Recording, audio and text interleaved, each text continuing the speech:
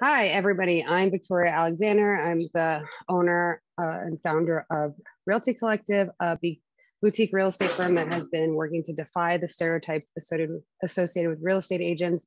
I started this company almost 17 years ago, and my job is, I do all sorts of things, but I'm a matchmaker, I'm a therapist, I'm your coach. I'm your biggest fan.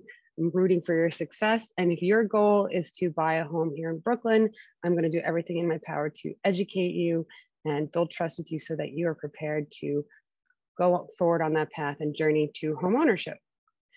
And I've been working with what I recognize as the dream team of women, Lisa and Rashida. We've been working together for a very long time at this point. Rashida over a decade, maybe even plus some. And we specialize in working with home as a team and working with first-time home buyers, preparing them and educating through the process. And it's important to me to work with other like-minded, strong women who want to support each other and support homeowners with the high level of service that we're providing. And like I said in the intro, when I was giving you the housekeeping items, you're going to get a copy of this recording that is going to be public on YouTube. You're going to go ahead and share it around. You're going to get a copy of our home buying handbook, and you're going to get all of our contact information so you can have a call or follow up with us afterwards if you do have specific questions that you want to talk about. So I'm going to first pass it over to Lisa, and why don't you introduce yourself? Hey everyone, my name is Lisa. I am a loan officer at Cross Country Mortgage. I've been doing mortgages for a little over 7.5 years now. I specialize with first-time home buyers, and about 95% of my business is Brooklyn condos, co-ops, townhouses, etc.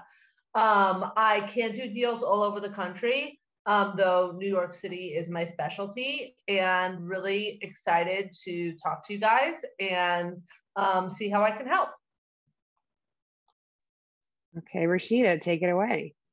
Good afternoon, everyone. My name is Rashida Sadiq. I am a partner here at Serpico and Sadiq PC. I have been practicing real estate law for going on 19 years. I think next year makes my 20 years officially. So excited to give you knowledge from, representing lots of first-time buyers on what the things your attorney needs to be looking for, what you should be preparing yourself for in the process. I'm licensed here in New York. I represent clients in all of the boroughs, including Long Island as well. And I'm also licensed in New Jersey. So yeah, looking forward to giving this seminar again this afternoon. And we do this once a month. We're skipping August, we're taking the month off, but we do this series once a month online. Before the pandemic, I was doing it quarterly in person with people. It's been something I've been doing since the beginning of owning this company 15 or 16 years ago. So thank you for joining us this afternoon on the internet. Back to me is my role is, like I said, I'm your coach, your therapist, your sounding board, helping you through the emotional roller coaster that is home buying here in New York City. And why is it important that it costs nothing to you? Because if it costs nothing and it's free advice, you should be taking advantage of it, because no matter how many articles you read on the internet, you'll never be prepared for this process. There's just too many specific industry experiences for you to ever get the expertise of doing this so that you're fully protected. And that's why you need your team of experts. It doesn't have to be us, but you should make sure you interview and talk to these people and feel comfortable with them, and that you've done your own due diligence in hiring the right team of experts to guide you through this process. I can't stress that enough. So my job is to guide you through the process and give you advice based on my 17 years of owning this company. I was doing real estate before I owned the company, but I don't count those as real experience until I was into the gauntlet of owning my own business. My job is to help match you with your Brooklyn home and protect you from your own instincts and help you get out of your own way, because real estate is a beast unto itself. And even if you work in sales, you can't be prepared for this process without being in the industry. And like we said before, the seller pays my broker fee. So you should be taking advantage of services of having this guide on your side. These are the 3 people you need to buy a home, to be a home buyer in New York, which is a lawyer, a mortgage broker, unless you're buying all cash, and lucky you, and a real estate broker that is a buyer's broker that specializes in buyer brokerage and represents you. When you walk into a piece of property that's on Zillow for an open house, and you see a broker standing there, that person represents the seller. They have a contract with the seller, and the best interests of the seller are always at the forefront of every conversation, and their fiduciary responsibility is to the seller. You need the same person in your corner advocating for you, just like they are for the seller. Like I said, interview these people and make sure that you pick advisors that have relationships with the industry, especially New York City experience. And always people like, oh, my uncle does real estate law. Do not hire your uncle. Do not hire your uncle unless he specializes in New York City real estate and negotiates contracts for co-ops and condos on a regular basis. You want expertise is vital here when you're talking about this industry, because criminal cases are nothing like real estate.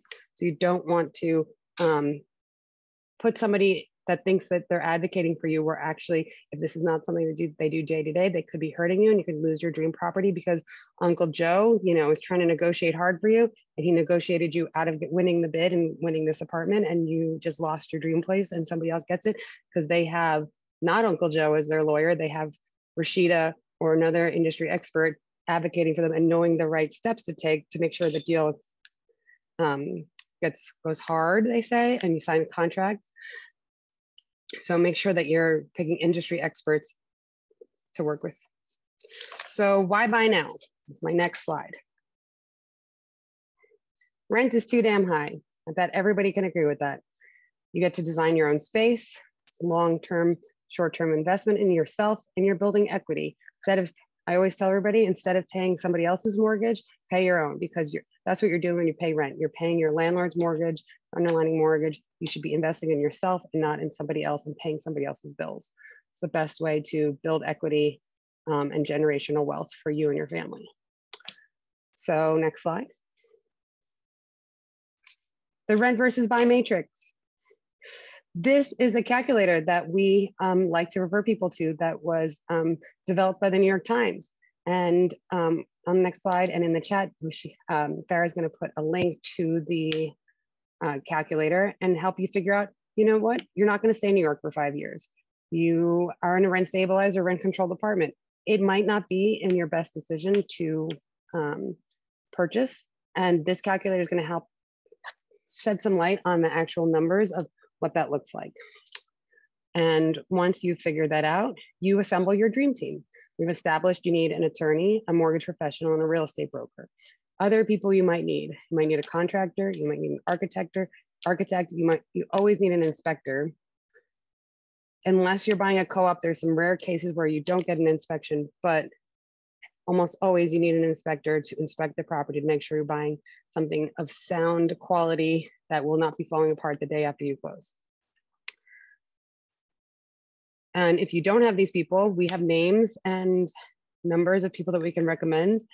And once you establish your dream team, which are these 3 people, then you can start looking on Zillow and StreetEasy and going to open houses. But without these 3 people, you should not be doing that.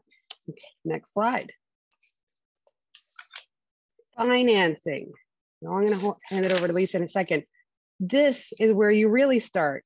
You really start once you get your pre-approval letter, and Lisa tells you what your buying power is when you're allowed to start going to open houses, because she's going to explain why.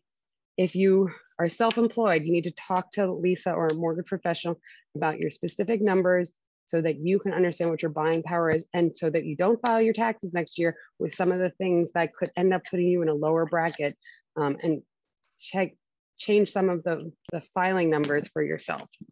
And Lisa can talk more about that. So the first step here is, before you go look at properties, is to talk to a mortgage professional. Take it away, Lisa. Thanks. So so the very first thing you really want to do is to talk to me or another mortgage professional to see about getting pre-approved. This is really important because this you don't want to look at things that are higher than what you can get pre-approved for. You also don't want to maybe think your budget is 200,000 and maybe it's 300,000. So it's really important to talk to a mortgage professional first so that we can get you a pre-approval. When you talk to me, I'm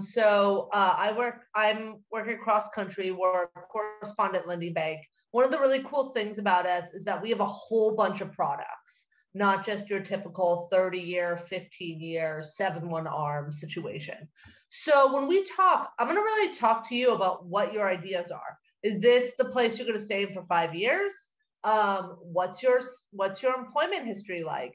Like Victoria mentioned, are you self-employed? These are really important questions to get you a pre-approval.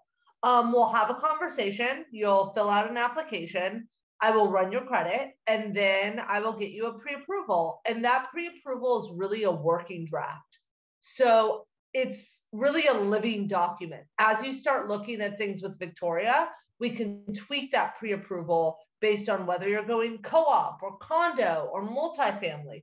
All those things sort of change your mortgage picture, right? A few things to think about. So self-employed, if you're self-employed, you 100% can get a mortgage, but we need to talk and I need to see your tax returns. The general rule is that what the taxable income you pay on your tax returns is what we can use to qualify. 100%. Do not file 2022 taxes before you talk to a mortgage professional. If you have not filed your 2021, do not file them until you talk to a mortgage professional if you're looking on buying, sooner rather than later.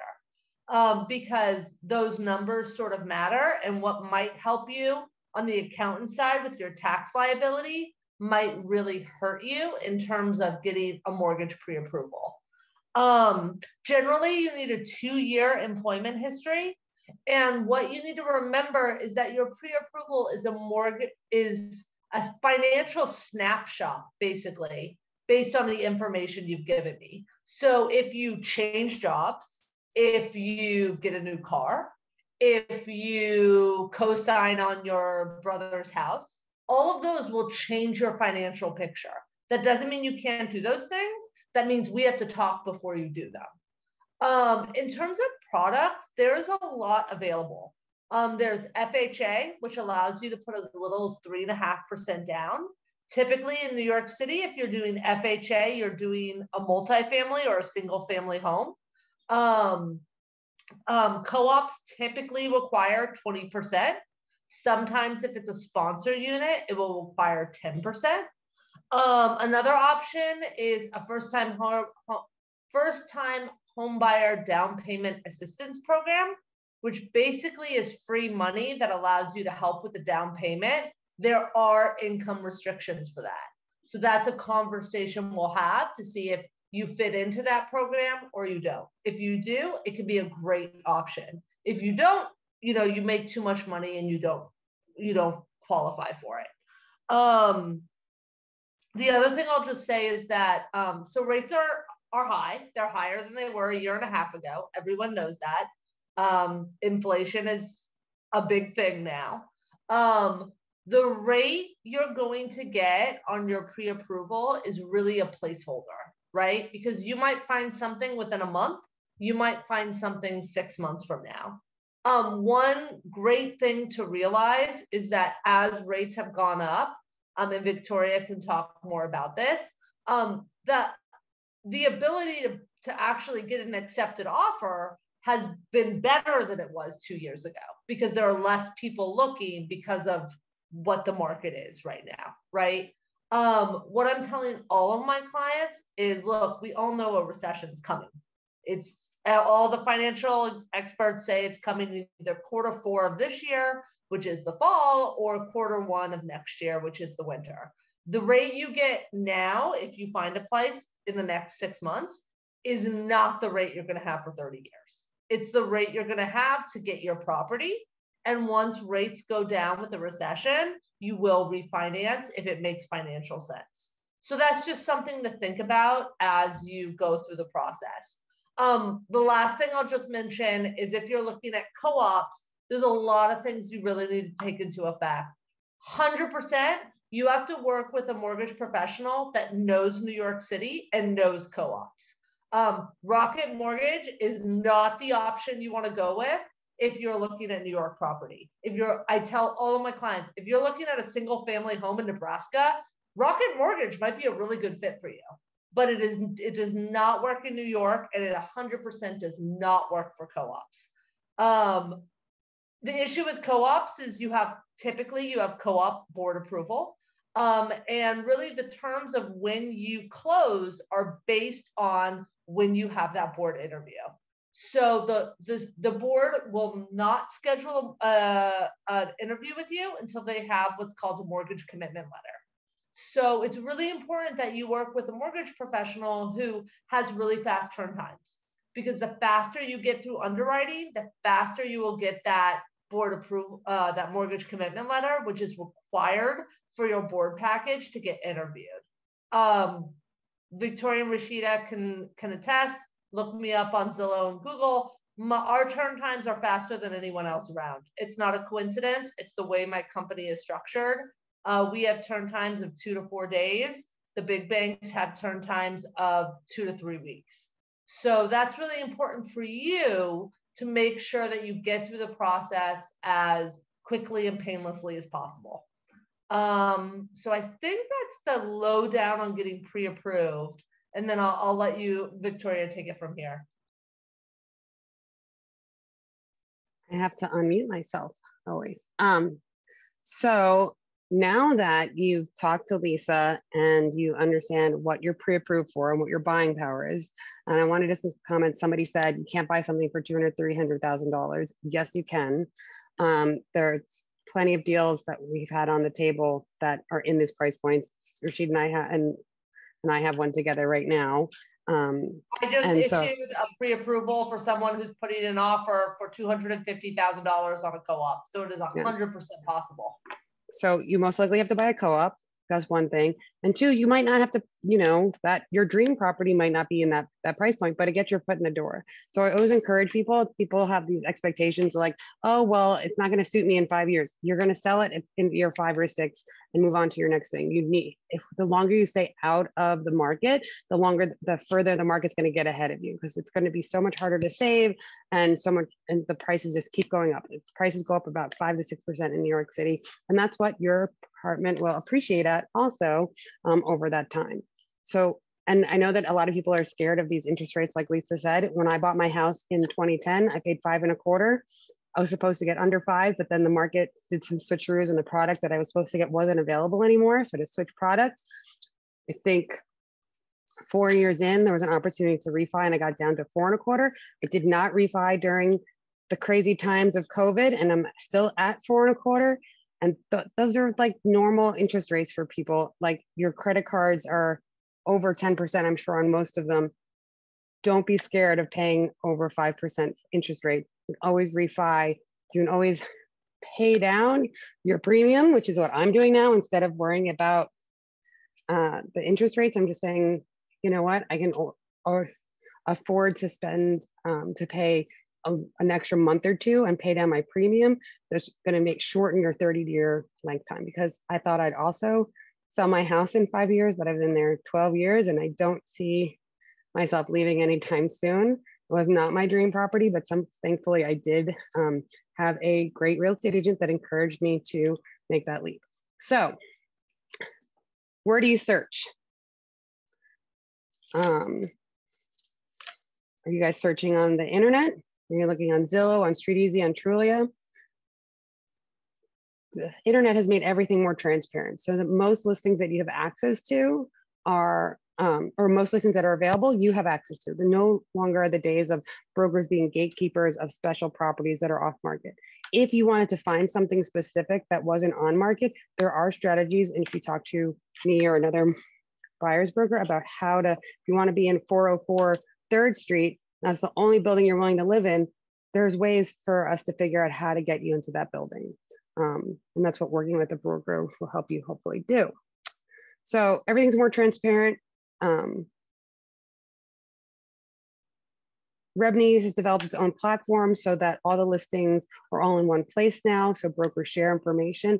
And if you hopefully are working with a broker that is a RevNews member, which is the Real Estate Board of New York. And that means that if I'm a RevNews member, Corcoran's a RevNews member, and if I have a buyer, Corcoran has to give me access to that listing. They have to encourage their agents to work together. And that is the industry standard. So working with a small mom and pop or a bigger firm, you have the same access to the same listings. So don't be fooled otherwise. And just know that your broker is still the best source of information, because StreetEasy, Trulia, Zillow, they're not cleaning up their information. They're not updating as quickly as possible. So the platform that RevNews have will probably have more up-to-date information, and your broker will have the most up-to-date information, especially if they have relationships with the other brokers. So we recommend always working with StreetEasy, depending on the neighborhood you're looking in, to help make it a very user-friendly process. But we have a back-end platform that we'll share with you as well. Next slide. Finding your dream home. I think that Farah's going to post a link about building typology and the types of housing that you might see in New York City, which would be co-ops, condos, single family, 1 to 4 family, mixed use.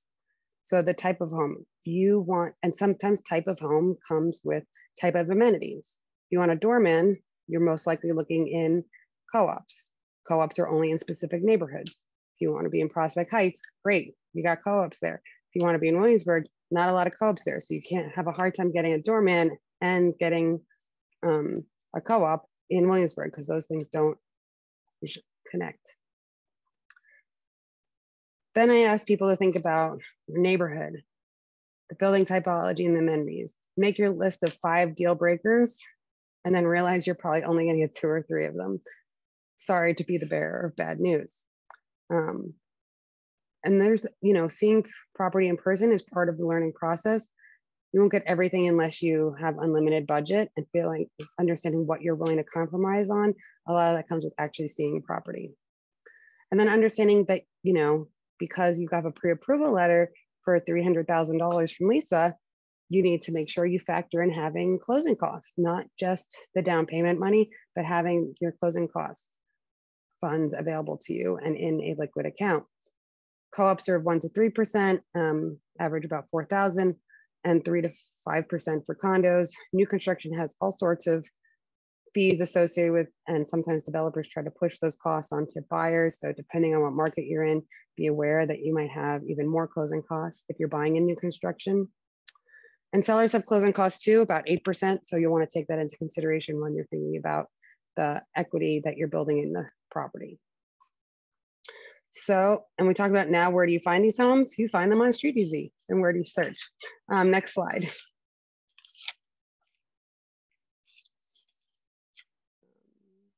Making an offer. So I always encourage people to think about their strategy and all the different variables that are going into making an offer. Were there 10 other people at the open house? Did you get the feeling that they were also going to make offers? It's super important to be the first offer in. That usually there's some psychology around that really weighs a lot with sellers. They were the first ones here. It means something to them for you to be the first offer. That doesn't necessarily need to be the first and highest offer. Be the first offer to make sure you're part of the conversation. And then there's other variables to think when you're, what is this the highest number we can go to? Have we left room for ourselves? And thinking about how bad you want this property, but also not letting emotion drive your decision making. So I make sure that you have 1 to 3 months to do the search, that your lease is not ending in 30 days. Make sure that you really understand your budget and the closing costs associated with that. And then think about the other things that are going to affect your quality of life. Access to a certain subway line. Is your job going to change in the future? You're not always going to be at the same job. Or do you want to have access to green space? Do you want to be close to the park? Are you going to have a family here? Do you need to do research on your own about school districts? and how long are you going to live here? You know, general rule of thumb is you want to hold and live in this property for 5 years. If you buy a condo, you're more likely to be able to sell this property or rent it out. You're more likely to be able to rent out this property without ramifications if you don't want to stay in this neighborhood or your life plan has changed and you have to move to California, but you haven't reached what we call the break-even horizon on this property so that you could sell it without a loss. So once you are ready to put in your offer, you need to talk to your lawyer who's going to do some due diligence and your mortgage professional to make sure the building is not going to have issues getting financing in it. So I'm going to pass it over to Rashida to talk about negotiating terms ahead of time with your offer and making your first offer. Hi, so I'm normally the last one on the list that's coming. So you've been pre-approved, you found the property with Victoria, and now your offer has been accepted and your attorney has to now review everything and get you into contract.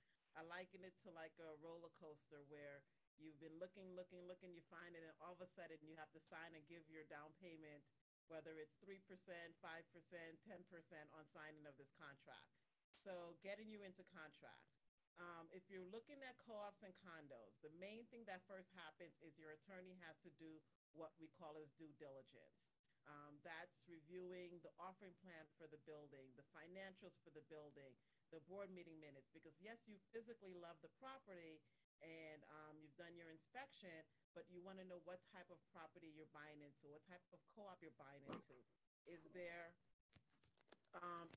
any issues with, maintenance increases, or there, common charge increases? So these are things that your attorney is going to be doing the due diligence. So prior to you even entering into contract, you have to do a couple of things. One is get an inspection done, which is done during that due diligence period, whether you're buying a co-op or a condo. If you're buying a house, 100% you're going to be doing an inspection as well during that time period. The second is your attorney is doing the due diligence. And the due diligence normally takes about a week, sometimes more, depending on the management company for that building. Other things that you have to start thinking about during this time before you get into contract is your down payment. A lot of people have funds in online banks, so they want to make sure that they get it to transfer it. Rashida, sorry, the people are just having a hard time hearing you. Okay. Can you hear me? Is that better? Or is it still a little low? I'm trying. I know. Is it better? I'm sorry. No, still low. Let me see if I can adjust the speaker. Put your mouth as close as possible to it, maybe. You probably see my head because in there. I'm sorry. It's a good-looking head, so we're not too worried. Your words are more important. Is it a little bit better? No. If somebody's asking if your original sound is on. Let me check. I don't know what that means. I'm sorry, guys. It's okay. You want to talk still, Lisa? And then I'll talk. Lisa, do you have anything to say about making sure the building's in good financial planning? It's the status to get a loan in that building, how you qualify the building? Absolutely. So I'll talk for a second. So first of all, one of the things your attorney is going to do is do due diligence, where they're going to review, like if it's a co-op or condo, the board meetings, all of that stuff. This is where it's really important to have a team that works together, because Rashida's really awesome at her job, and she will, give me a heads up, like, hey, Lisa, I saw this in the board minutes, or this is where we are with investment units in the building. Is that an issue? Yeah, I think you're a little better. What do you think, Victoria? There? Yes, so much better. So let me talk about project approval real quick, Rashida, and then I'll give it back to you. Yes. So if you're buying a co-op or condo, the mortgage is doing the bank is doing two different things. They're approving you, and they're approving the condo or co-op. Typically, The documents we get for the condo or co-op only happen after you have fully executed contracts, and we reach out to the management company for those documents. I always do research. We have a running database of condos and co-ops in Brooklyn and New York to make sure that it's not on a red flag list. Rashida, or your attorney, will also do due diligence. And as I was saying, this is when it's really important to have your mortgage professional and your attorney know each other and work with one another, because she's going to be talking to me when she does her due diligence if there's any red flag issues. Some red flag issues would be, is there litigation?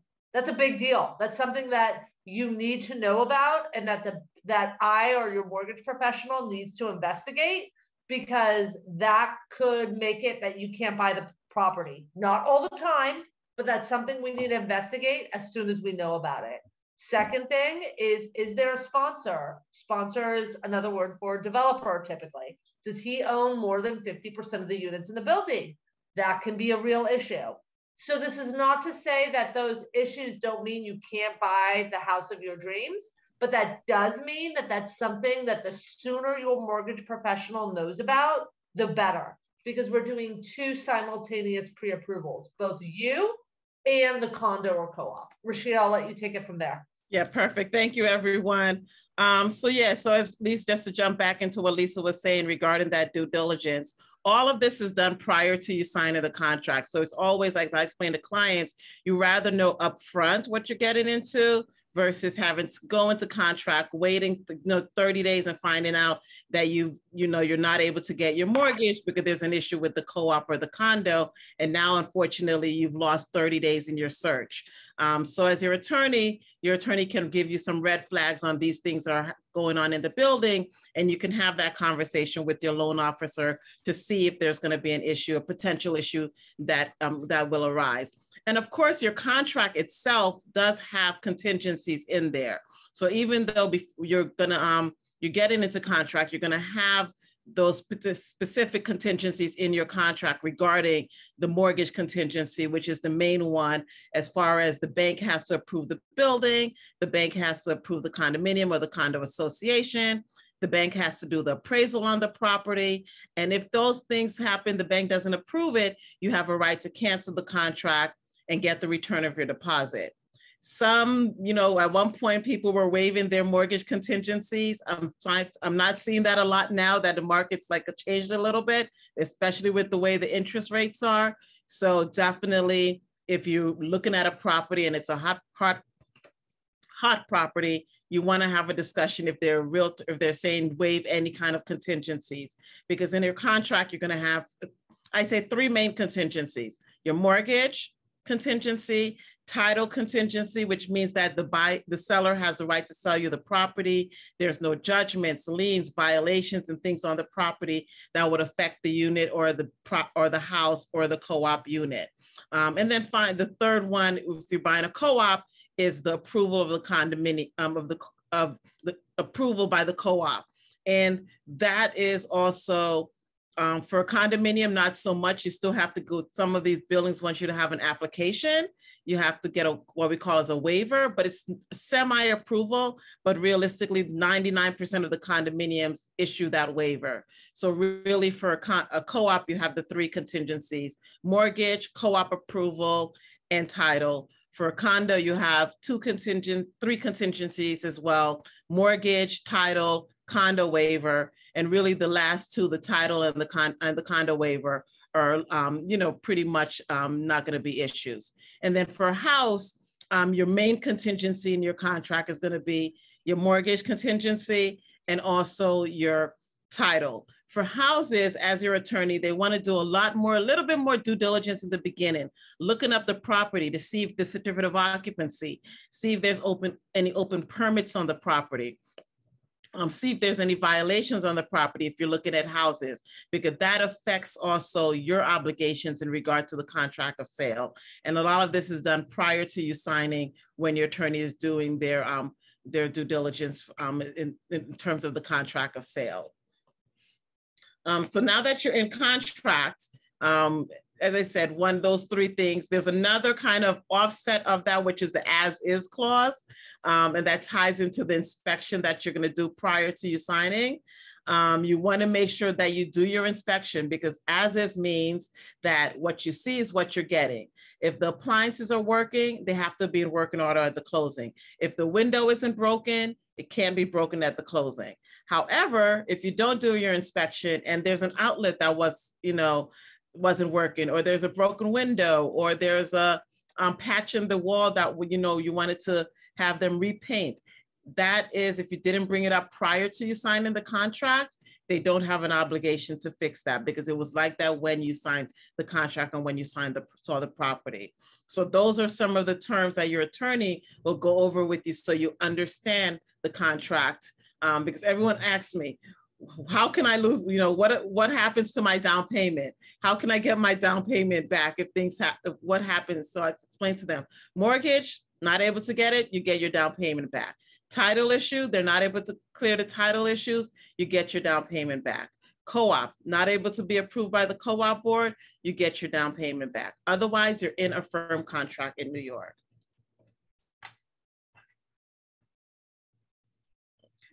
Okay, so you're in a firm contract in New York.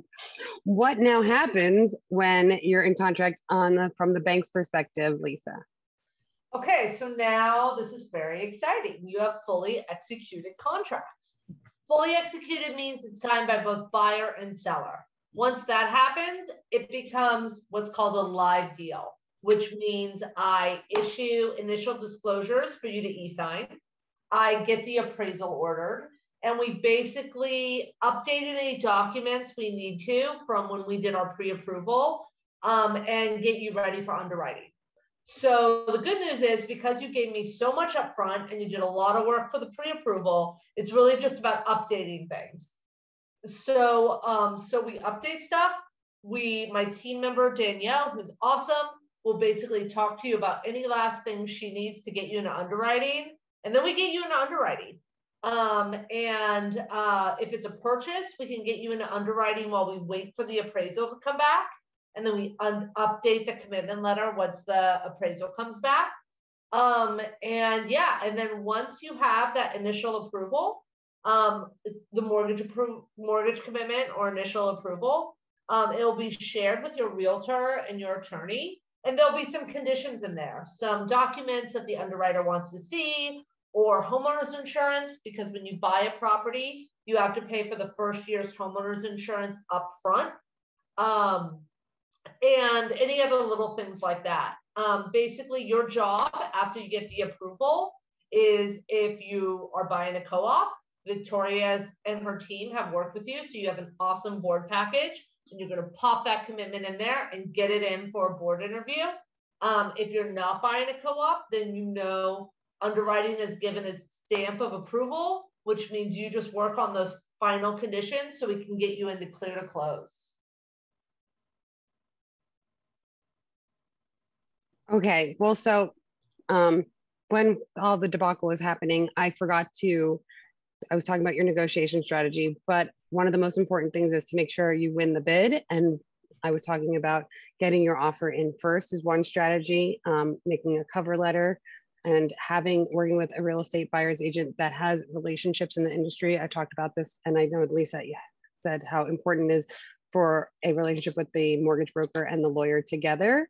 But it's super important that you pick a seasoned real estate broker so that their name is familiar to other brokers in the industry. So it's really amazing that in the 17 years that I've had this company, there are certain brokers that just know what kind of deal, what kind of broker I am to work with. And that I think my clients really benefit from those relationships. I would say a lot in South Brooklyn. And then just to pointing out before also that everything needs to be negotiated ahead of time. You don't want to be like, oh, we need to have access 3 times to the apartment to bring contractors in after you're in contract. You don't want to say you're buying the house as is, but then you didn't do an inspection and find out there's huge flaws in it. You want to make sure that all the terms are negotiated on the deal sheet that goes to the lawyers so that the lawyers are not negotiating any terms for you. So then you've signed Rashida has done her due diligence, says it's okay to sign the contract. Lisa has approved the building and is start working on the due diligence for the banks. If it's a co-op, you're going to have to create a board package. It's another important thing that you need to do with your real estate broker is create a beautiful board package and then for them to prep you for the interview process. Because to buy a co-op, you have to get approved by the board.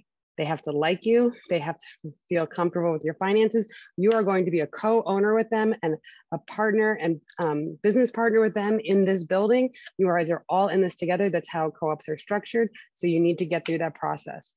And working with somebody that has a competent team to make a good board package for you is super important. And that happens after you're already in contract. So, and you cannot submit that until you get something called the recognition agreements from the bank. Then you can submit your board package. So the bank has to do a bunch of due diligence before we even get to this part. Then you go and do your interview. You submit it to management. Management then says they've screened you for finances basically, and lets then the board interview you to make sure that you're going to be a good fit for the building.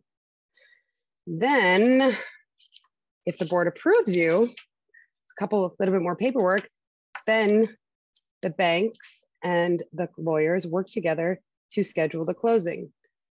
Rashida's is going to talk about what happens at the closing table, and Lisa too, to get us there.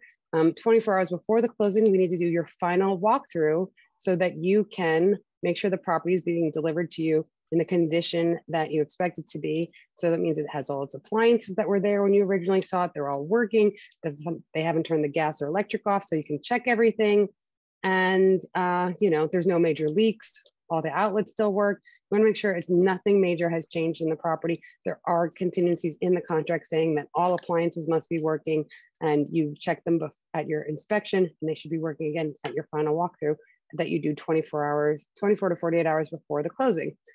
Then, Rashida, you want to talk about scheduling the closing? Yeah, I also wanted to just kind of talk a little bit about timing wise.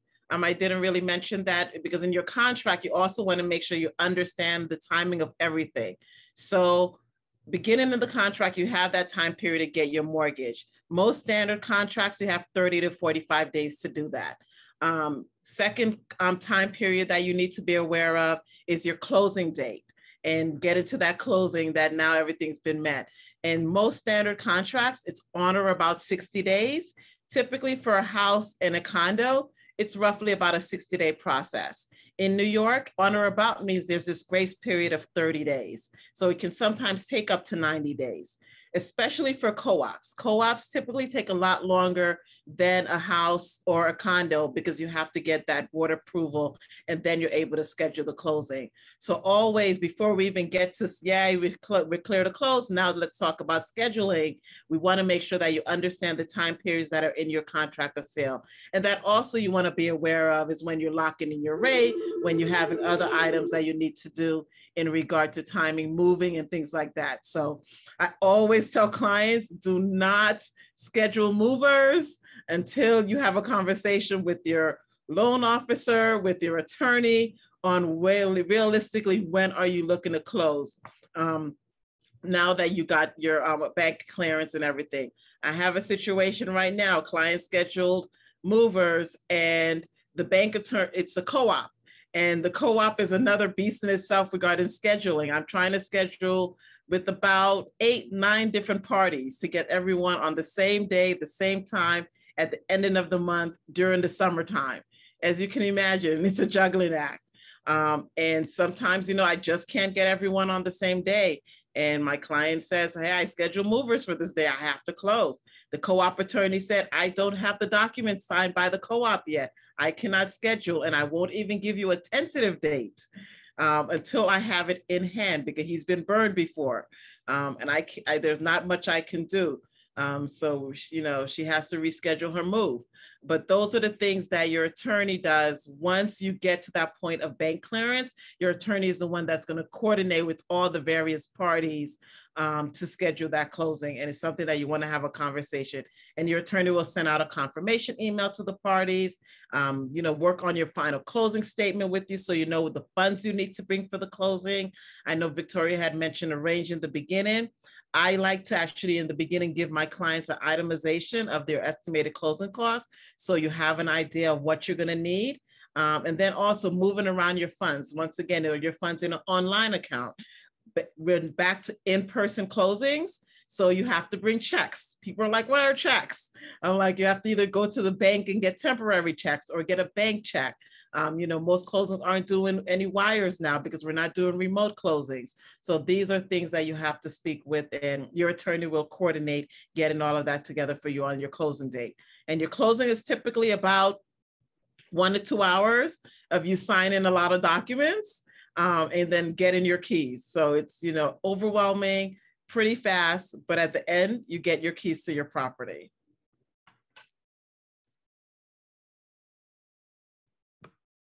Lisa, do you have in between getting to closing, what has to happen on the bank side? No, I mean, just like what I mentioned before, the clear to close, but I want to reiterate 2 things Rashida said. It's really important once you're in contract to not move money around unless you absolutely have to. And you need to talk to your mortgage professional before you do that, because we have to source where money comes from. So we have to see the paper trail.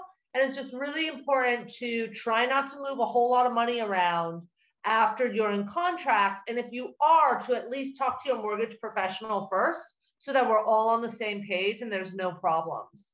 And the second thing I would just say is that, scheduling is really complicated and really important. And everybody, particularly in this volatile market, really wants to lock up front. And I get it. You also have to realize when you lock in a rate, you're on a time clock. And if you don't close before that rate expires, you have to pay extension fees, and they can get really expensive really fast. So this is yet another example of like having a really good relationship between your attorney and your lender is really important, because Rashida and I work together all the time. If I'm going to talk to my borrower about locking in, the first thing I do is I email Rashida and I say, hey, where are we? Are we good with the targeted close date? What are things looking like? So that I have a realistic expectation. So when I talk to my borrower, we have a good idea when we're locking in that we're going to close before that rate lock expires.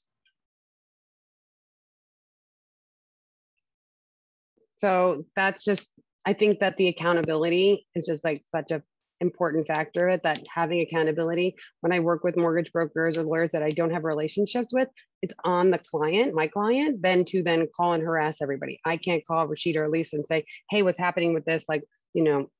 And there's no pressure from me because that person doesn't have a relationship with me. So it's just important that you work with people that have industry ties, that have accountability, and that they have a quick response to you. If they're waiting days to get back to you, that's a huge red flag. Real estate moves really quickly. You need answers same day on things.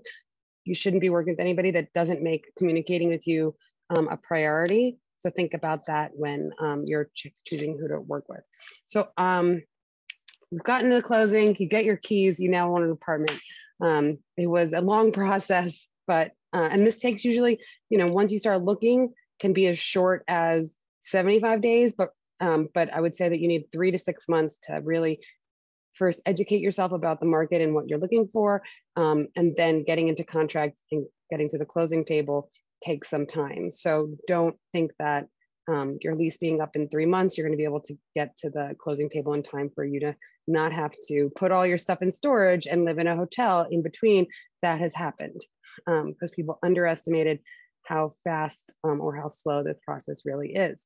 So I'm going to just thank everybody for joining us today. We're going to open up for questions now, so you can ask your specific questions. Again, if you work with us, you get all of our resources that I'm going to provide after this, like our home buying handbook, but also I have a library of resources that we organize in a project management tool, so that every step of the way you're getting the resources that are associated with that step of the process. We sign you up for our in-house MLS, which is the multiple listing service that isn't public facing. So you'll get updates about inventory as they are live through the broker's platform. And you'll get the home buying handbook, a copy of this video. Go ahead and share all of the resources that we share with you around. Happy to encourage other people to educate themselves, even if they're not going to be working with us. The point of this class is to educate people and make them feel confident enough to take the first steps, because that is the best way to become a stakeholder and build equity for yourself in New York City if you plan on staying here. I want to thank Farah for helping facilitate this. And we're going to open up for 15 minutes and just reach out to us afterwards. We're going to post some links on how to get in touch with us after this. And thank you, everybody. So just put your questions in the chat or take yourself off mute, whatever you feel most comfortable with.